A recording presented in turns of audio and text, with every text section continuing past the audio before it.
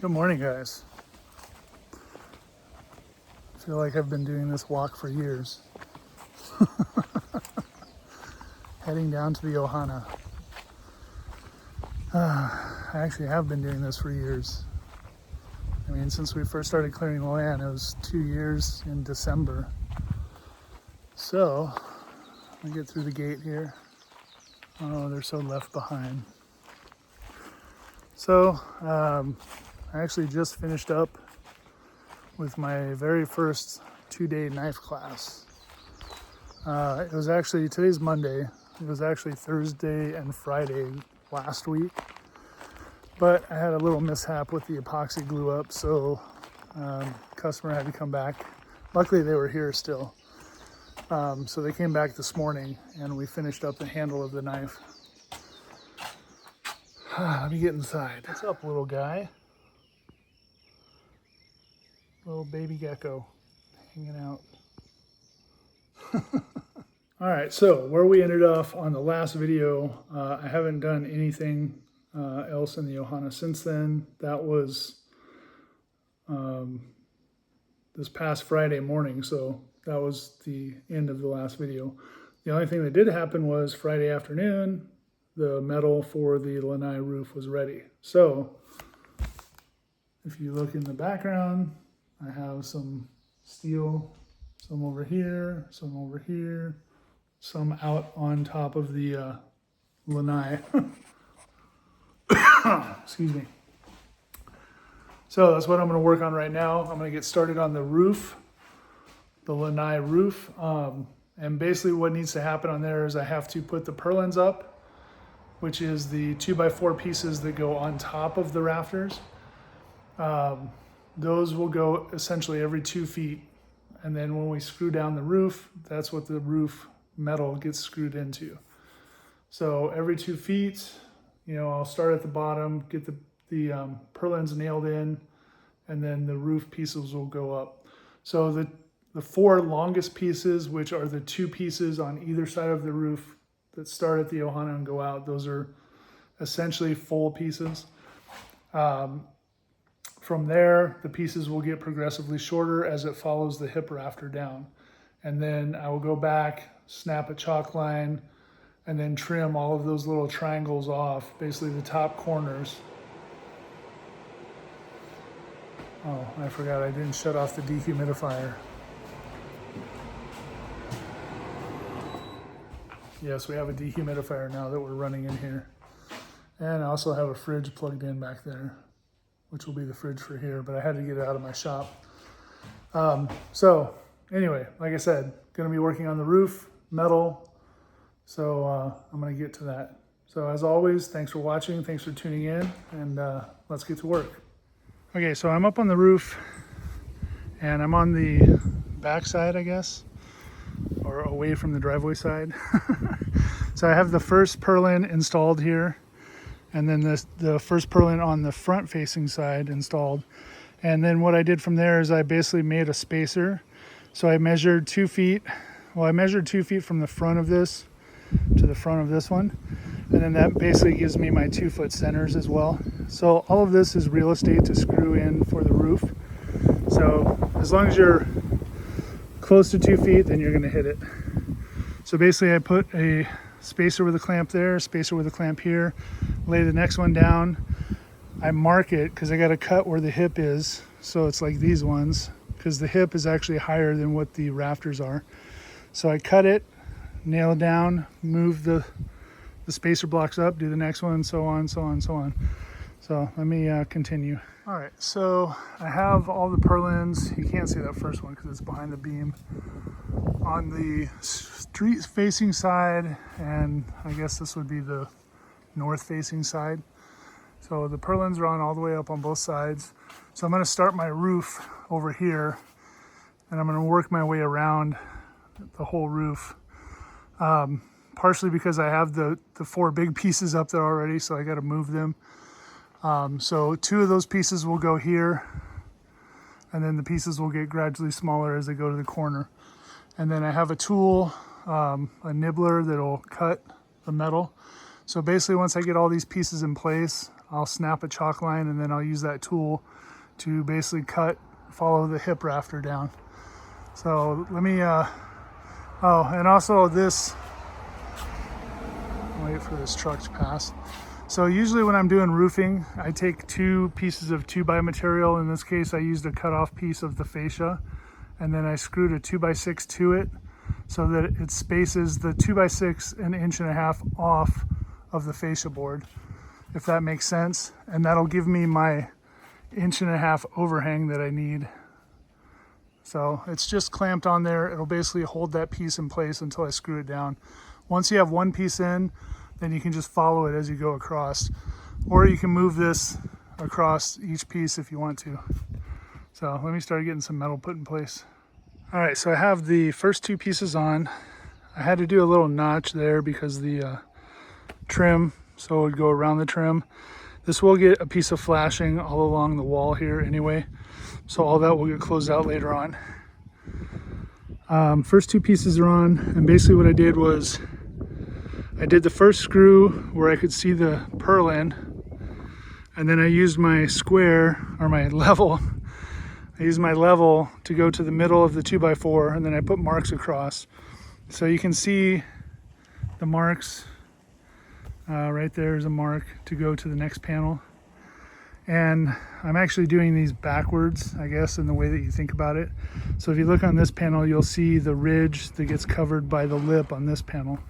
So normally you would lay them down this way, and then that would go on, but really you could do it either way. I did it this way because I wanted to have a solid ridge over there to connect the flashing to. So basically what I'm doing is I'll line up the bottom, get the bottom level. Now that this is all buttoned in, I could walk pretty much anywhere on that spot, all buttoned down.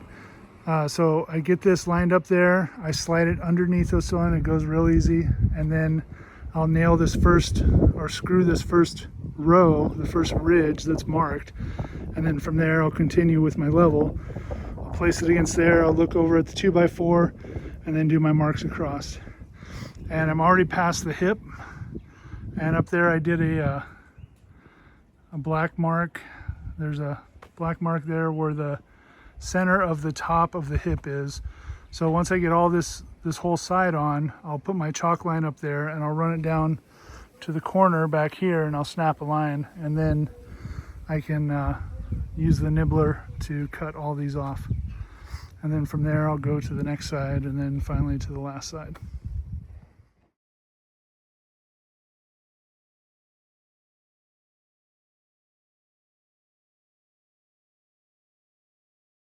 All right, so it's the next morning.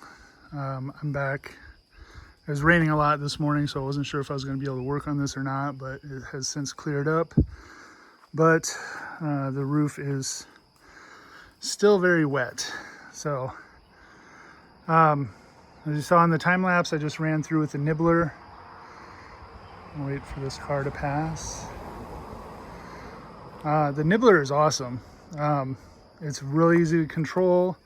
The head on that you can rotate wherever you want, basically like 1/8 rotation increments, I guess. The one downside to it is it leaves all these little crescent moon cuts, because the way the nibbler works, it's like a plunger. So there's a channel, and then there's a plunger that goes up and down. So as you're moving it through, it's taking those tiny little cuts as it goes through, which looks like a straight line, but it's actually a series of all these little half moon cuts. So now I got to clean up all that stuff, but it's worth it. The alternative method is trying to do this with snips, which is nearly impossible because of the ridges. Even with the nibbler, going over the ridges is a little tricky. The other option is to use a metal blade on a radial saw, but that is insanely loud.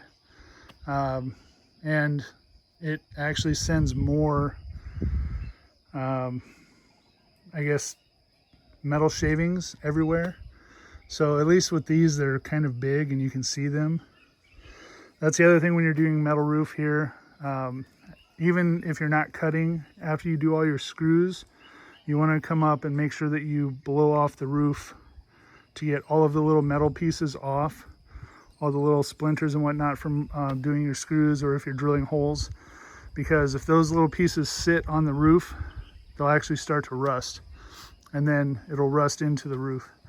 So you want to make sure you do a good job of blowing all that off and getting it all clear. You could even sweep, or you could even use a hose and spray it down, power wash it, get them off that way. So let me get back to work. All right, well, I already messed this up. I should have made a map of this, and I did all my measurements were right, but the issue was when I was going to order the metal, I grouped all of the similar size pieces together. You know, like these ones were 137 inch or whatever they were, and I had 4 of those, so I, 4 at that measurement. And then the next group, whichever ones they were, I grouped them together. And I should have made a map where I said this one was 60 inches, this one was 112 inches, this one was 120 inches, whatever it was. And I didn't do that. And I think my mistake was I thought that this long piece for here was in the middle, but it's not actually in the middle. I think it's more over here. So if you guys are doing this, make a map so you know where your pieces go. I'm gonna see if I can salvage this. I think I have enough pieces, because I think this piece will end up being long enough that it could go on this side, and then the piece that was cut for this will replace that. But we'll see. Let me see if I can get this fixed. All right, so I got this whole front side done.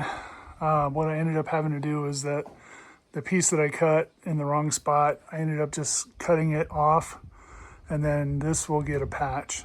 So not what I planned to do, but that's what I got to do. So these 2 sides are fully done now, minus the patch, of course. But I have, a bunch of pieces left over, so I can patch that, and you probably won't even be able to tell. But if you ever come and stay here, make sure to point it out to me. All right, good morning. So back down here at the Ohana, getting ready to do the purlins on this last south-facing roof section.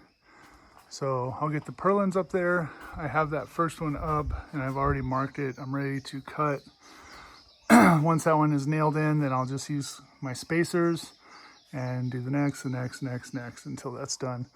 And then I'll get these sheets of metal on, and then we will switch to the hip rafters and ridge to get those caps on. So let me get this going, and I'll be back. All right, and all the purlins are done. All right, so all the metal's on now. I'm standing up on the other roof. So at this point, I'm ready to start putting the ridge caps on, or the hip cap, ridge cap. I don't know if that's still called a ridge cap or if it's a hip cap. Anyway, I have all the caps pulled up here. So basically the way this is gonna work is I'm gonna extend it out past the corner. I'm gonna go underneath, and I'm gonna trace with the marker, and then wait for this car to go by, truck. I'm gonna trace the edge, and then I'm gonna cut it so that it matches the roof corner, so that when I push it out, it'll go an inch or 2 past, but it'll still match the profile. And then that'll get screwed in. And basically the way that these work is there will be one piece that goes past the end, and then it'll get a screw basically everywhere where there's a ridge, it'll get screwed into that ridge. And then same on the other side. So the first piece goes down, then the next piece goes on top of that, overlapping. And then where it ends up here, this will get trimmed up, which when I get to that point, I'll kind of explain it a little more, to where this piece meets, and then the ridge cap will cover both those pieces.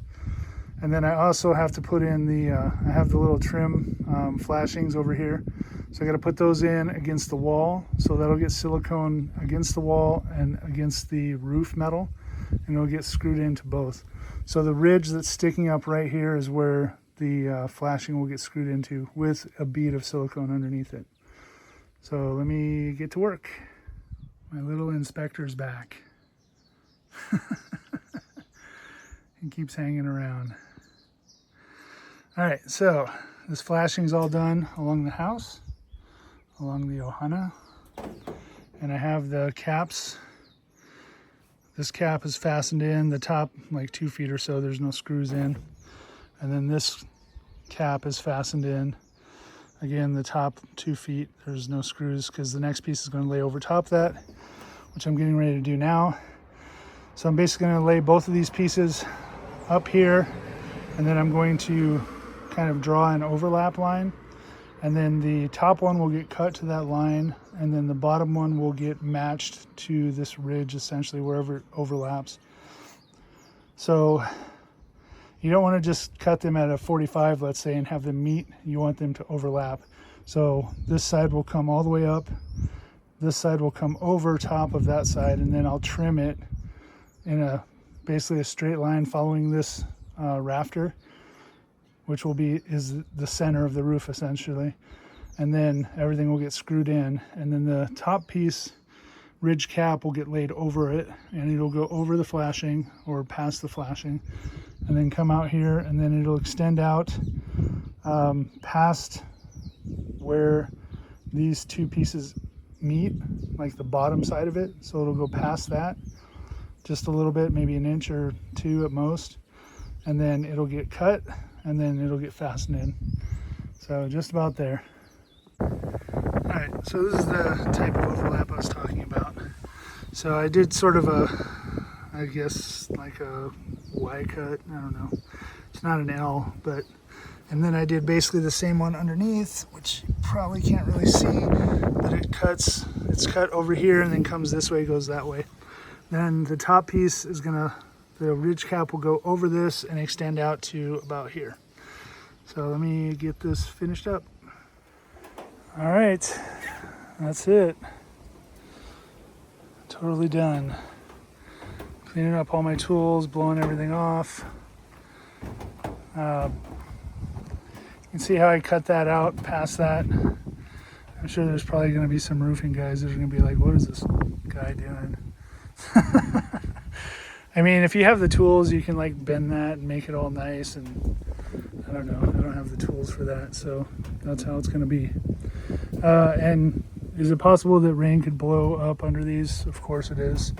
I mean, this is not the Lanai is an open area, outside area, so this is just to keep the majority of rain off. If there's like a storm or something and there's wind blowing like crazy, sure, it can blow water up underneath there. If you really wanted to, you could put foam underneath all of these pieces, but I don't really care about it that much. I mean, the deck is outside anyway. Anything that is going to be out there is going to be outside furniture, so it's going to be totally fine. But that is done. That is a huge milestone. So I think that's going to be it for this video too. Let me get off the roof and the underside. So you can see the short screws. So I did get different screws that I use for that, the ridge caps, hip caps, ridge caps, and the flashing. They're only 1-inch screws, but obviously they do stick out a little bit because it's just metal to metal. So, but those are above, I guess, the bottom of the metal, if that makes sense. So the chances of somebody catching themselves on that is very slim. All right, guys. So that's going to wrap up this video. I know this whole video is just focused on the getting the roof done, but it was a lot, actually. I mean, I think it's probably getting close to a month since I first started on the Lanai, doing the footings, building the deck, framing out the roof, getting all the tracks installed, and then finally getting the metal roofing on. Yeah, definitely a milestone. Definitely a celebratory wheat soda is in order. Yeah, you didn't see that. So, yeah, like I said, that's going to wrap up this video. And at this point, the lanai is pretty much done. The only thing left to do is I'm still going to be building like some decorative railings that are going to go into all of these openings. My wife has a pattern that she likes, I think, so it's just a matter of me building them and then plugging them in. That'll probably be a video down the road because I'm not in any real rush to do that. It's not something that is absolutely necessary. So now my focus is going to turn back on the inside of the Ohana. I'm going to finish the mudding, continuing priming, and continuing with paint and getting all the walls done. So by the next video that you guys see, all of the walls should be done, painted at that point, and I'm hoping, or I'm assuming the next video I'm going to be building the vanities for the bathrooms. So then the next video will be finishing the bathrooms up. So it'll be building the vanities, installing the vanities, installing the toilets, installing the sinks, all like everything. The only one is the downstairs bathroom. We may not get the sink installed because my wife still hasn't decided on countertops. So I kind of have to wait for the countertop to install the sink. But the vanity will be done. All the shower stuff will be installed. Toilets will be installed. Bathrooms will be primed, textured, painted, ready to go. The last light fixtures, mirrors, all that stuff. Basically want to get the bathrooms to 100% or minus the downstairs sink. So anyway, that'll be the next video. Yeah, and then after that, I'm probably going to get started on the tile flooring. I want to get the kitchen area done, and that way I can start doing the building the cabinets for the kitchen. I want to get the upstairs completely done, tiled, and then I can start building nightstands and bed frame for the upstairs. And then all of the pocket doors need to be built, designed and built, painted, installed. Those shouldn't be too much. But yeah, I think we're getting really close to the last little bits here. So anyway, I've been talking too much now. I will see you guys on the next video. As always, thank you for watching. Thanks for tuning in, and aloha.